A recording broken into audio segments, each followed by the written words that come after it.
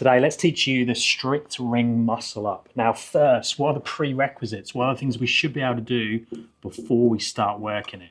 We need to have 3 to 5 ring dips.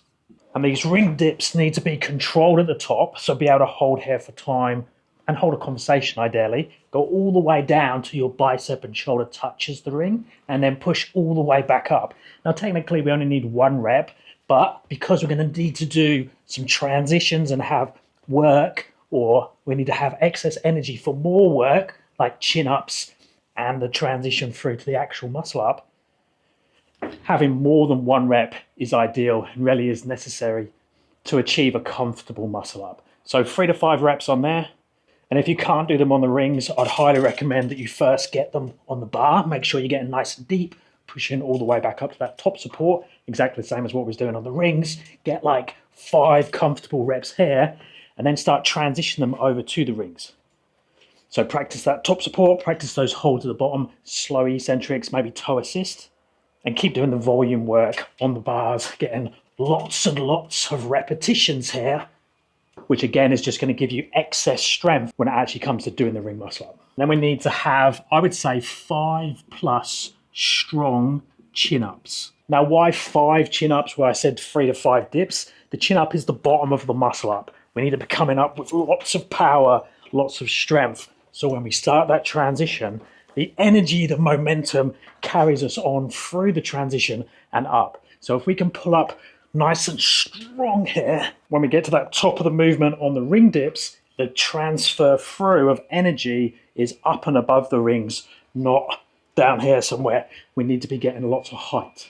Once we have these prerequisites down, we then need to learn what the false grip is and how to condition it and make it strong. So we're going to use false grip rows, false grip chins, and we need false grip flexibility. Now, the false grip is what allows us to be underneath the ring but still pushing down on top of them. So notice my hand is above the ring. So I get to that top of the chin up, I pass through the transition, still pushing down all the time on the rings, and now I'm in the bottom of the dip.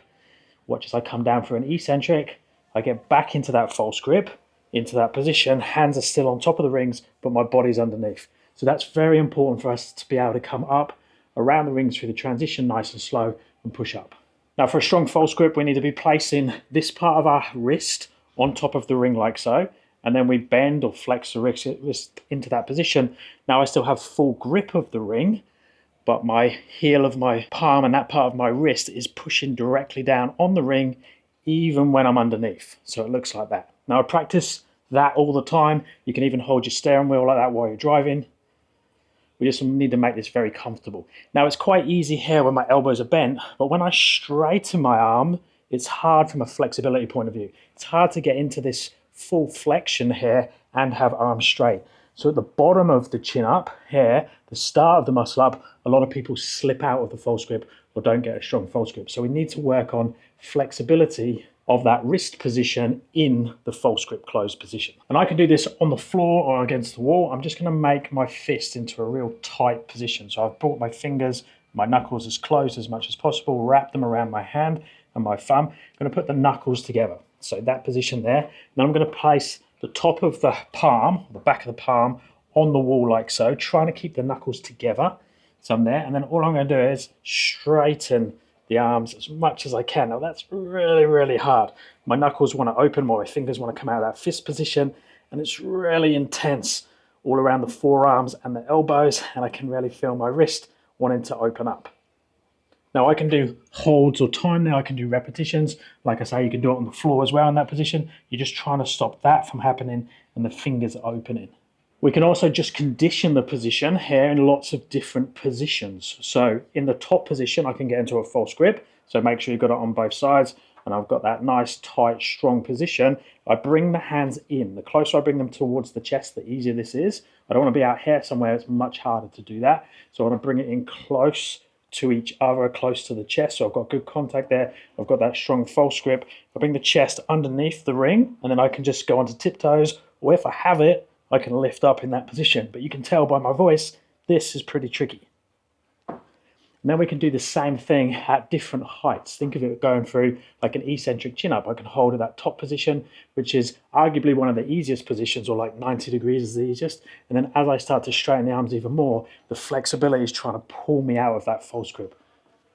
So make sure the rings are nice and close, hold that position, and just see if you can hold at different positions. This one's probably about the easiest for me in 90 degrees. But at the bottom here, I'm having to turn the rings out, and look at my wrists. I'm slipping out of the false grip. Now, part of the reason is I've got this horrible tape on here. I need to cut that off, and I've got no chalk. Putting chalk here really does help with the friction and help with the contact. And if you are lacking flexibility, you might be able to get away with it, or it's definitely going to make it easier. So with the chalk, what we want to do is we want to trace the line of the rings, making sure we've got lots here where the ring is sitting, or our hand is sitting on top of the ring. There, see I've made that pathway there. That is where the ring sits, like that when I'm holding, making sure I've got good contact and good amount of chalk there, like so. And you'll find straight away that feels much nicer. So we can do the holds like I just demonstrated to condition that false grip position. You can also do ring rows and ring chin-ups. Ring rows are nice and simple. We're just trying to make sure that we've got good contact at the top.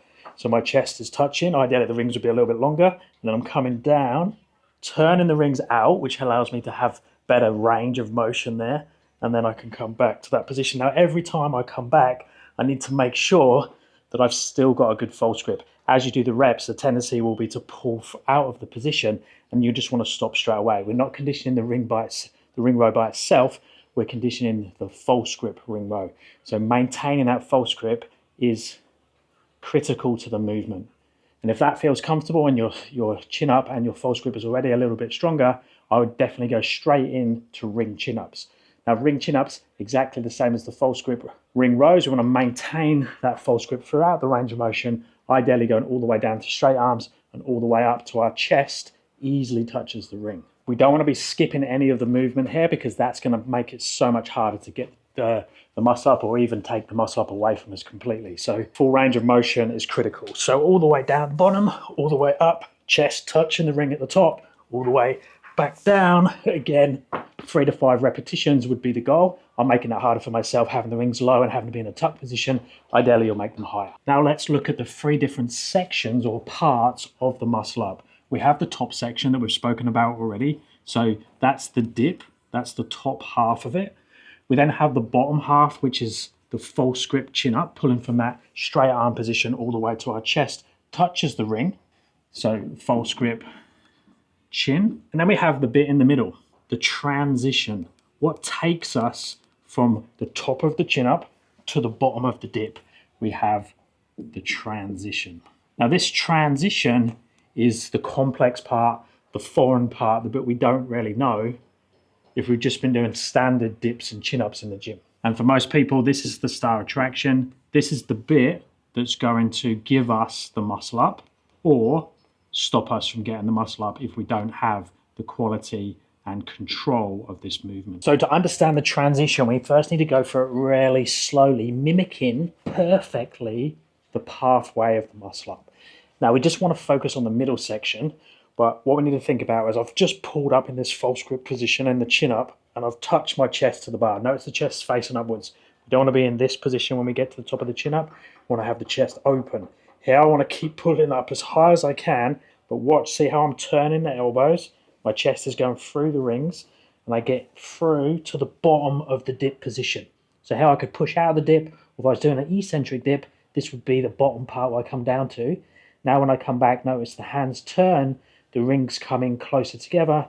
I start to go underneath the ring as I pull into that false grip position, bringing the hands together, maintaining the false grip, maintaining contact, so my chest is still touching the rings, and then I come back up again, bottom of the dip. And notice I can do lots of repetitions. We need to make sure that we're not doing this. I'm not moving the rings around, because that's not going to happen when I'm pulling down on them, hanging, trying to get that muscle up. I want to maintain the position of the rings. They're just rotating. I'm moving my body around, but it looks like I'm doing the muscle up. If you couldn't see my feet, it would look like I'm actually doing the full muscle up transition. This will take lots of reps, Lots of practice videoing yourself, or get someone to watch you and make sure that it looks like the muscle up, not like something else. And then once we feel ready, we can do one of the best muscle up exercises, or one of the best exercises for all calisthenics movements or skills is an eccentric. Going from the top of the movement all the way to the bottom with as much control as possible. That's going to highlight any gaps, but it's also making it a little bit easier because the down is nearly always easier than the up. And we are all much stronger in an eccentric pathway than we are in a concentric. So I'm going to use a step to allow me to get easily above the rings. So here I'm going to go into the top support position. Then I'm going to come down through the bottom of the dip. Then I'm going to bring the rings in, start that transition, go into the false grip, top of the chin up, slowly come down. There's an eccentric. Now I didn't need to put my toes on the box or the step as I came down because I showed enough control all the way through. But remember, I can already do a muscle up. So if you're still working towards yours, you might drop through that movement or find it really hard to go slow. If so, just put your toes lightly on the step as you come down and still go through that same movement with as much control as possible with the least amount of energy on the step, but make sure the quality is there. We don't want to have any gaps or bits where we're dropping in the movement. And then if that feels okay and you feel really strong in the eccentric, you feel comfortable with the false grip and you feel comfortable with the transition, I would just try a muscle up. Now, most people are going to find it easier if they have the rings around this height. So go into the stretch position here and have the rings here. But you'll notice I can't do that because of the ceiling. And a lot of you will have that same type of setup. You're not going to have the luxury of having high ring setup. So you're just going to have to work on the setup that you have. It's not a downside. It just means that you're going to have to do a little bit more of an L-sit type muscle up, which is slightly harder. But you have to train with your strengths, weaknesses, body types, training history, injuries, as well as the environment that you're training in. But just test it, video yourself, make sure the rings are nice and close, go through the same pathway, make sure that you pull all the way up to your chest touches the ring before you start the transition, and just see if you can get one. So from this position, here, pull up, chest touches, buzz through the transition. That was a bit sticky and slow, and then push up to the top.